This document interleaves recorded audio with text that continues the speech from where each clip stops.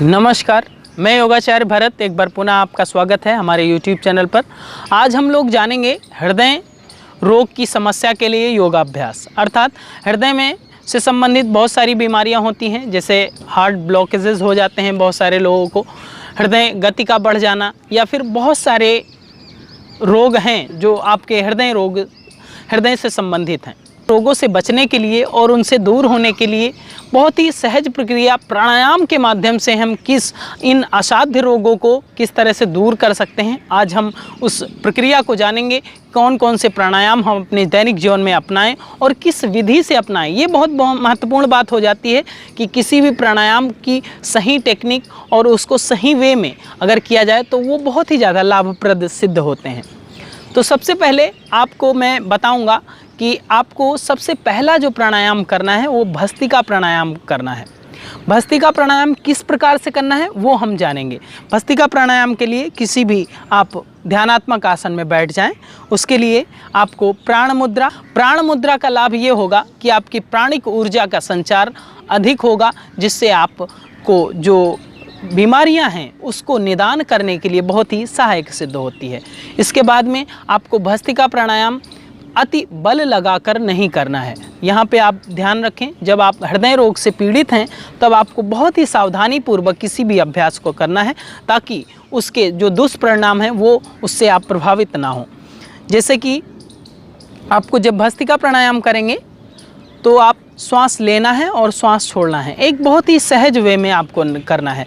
ज़्यादा फोर्सफुली बलपूर्वक आपको श्वास न लेना है न छोड़ना है। ओके, प्राण मुद्रा लगाने के बाद में धीरे से आंखें बंद करें और लंबी गहरी सांस लें और छोड़ें। एक बार देखेंगे।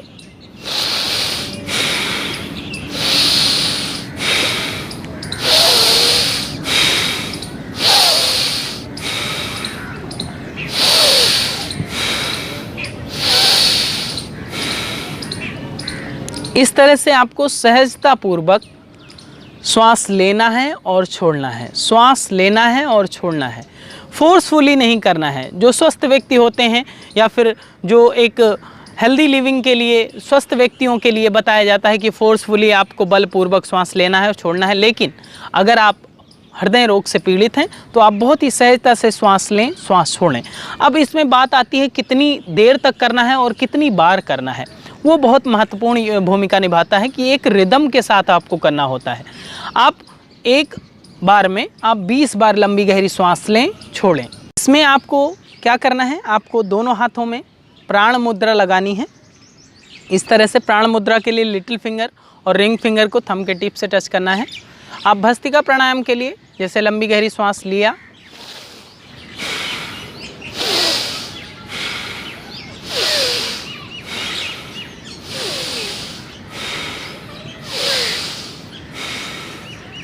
इस तरह से 20 बार होने के बाद में आपको 10 सेकंड के लिए रुकना है।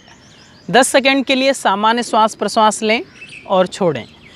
10 सेकंड के रुकने के बाद में आपको पुनः से 20 बार लंबी गहरी सांस लेना है और छोड़ना है। 20 बार लंबी गहरी सांस लेना है और छोड़ना है।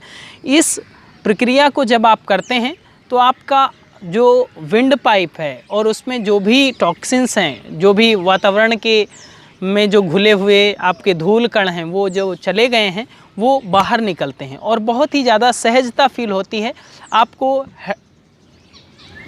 आपको श्वास लेने में बहुत ही ज़्यादा सहजता फील होती है। तो इस अभ्यास को आपको 10 बार रिपीट करना है। 10-10 सेकेंड बीच में आपको गैप देने के बाद में इसको आपको रिपीट करना है। 10 बार इस अभ्यास को भस्त्रिका प्राणायाम को करना है। दूसरा जो अभ्यास है जिसका नाम है अनुलोम विलोम प्राणायाम। अनुलोम विलोम प्राणायाम के लिए जैसा कि आप सभी जानते हैं, राइट हैंड में प्रणव मुद्रा बनानी है। प्रणव मुद्रा के लिए आपको इंडेक्स फिंगर और आपको मिडिल फिंगर को थंब के रूट से टच करना है। रिंग फिंगर और थम्स से आपको नोस्ट्रल्स को ओपन एंड क्लोज करना है। लेफ्ट हैंड आपका ज्ञान मुद्रा में रहेगा। फर्स्टली आपको लेफ्ट नोस्ट्रल से श्वास लेना है और राइट से छोड़ना है।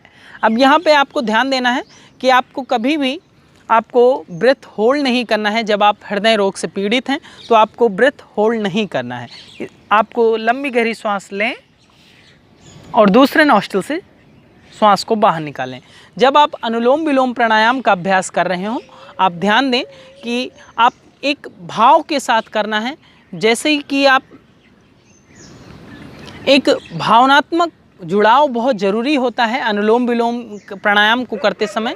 आप अनुभव करें कि प्रत्येक श्वास के साथ आपके शरीर के भीतर संतुलन स्थापित हो रहा है और आपके प्राणिक ऊर्जा का विस्तार हो रहा है, जिसके कारण आपके हृदय में जो भी विकार हैं वो दूर हो रहे हैं।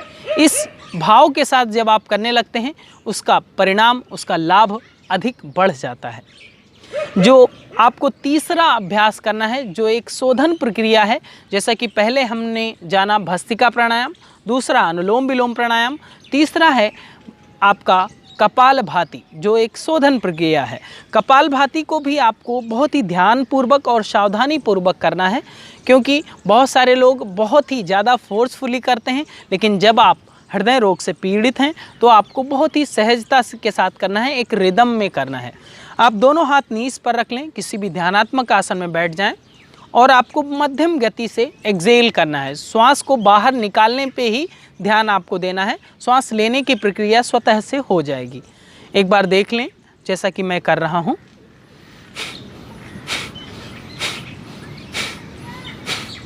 इस तरह से मध्यम गति में आपको केवल 20 बार श्वास लेने के बाद में रुकना है। 2 बार लंबी गहरी श्वास लें, छोड़ें, लंबी गहरी श्वास लें, छोड़ें, फिर से आपको स्टार्ट करना है। इस तरह से इसका अभ्यास केवल 5 बार रिपीट करना है।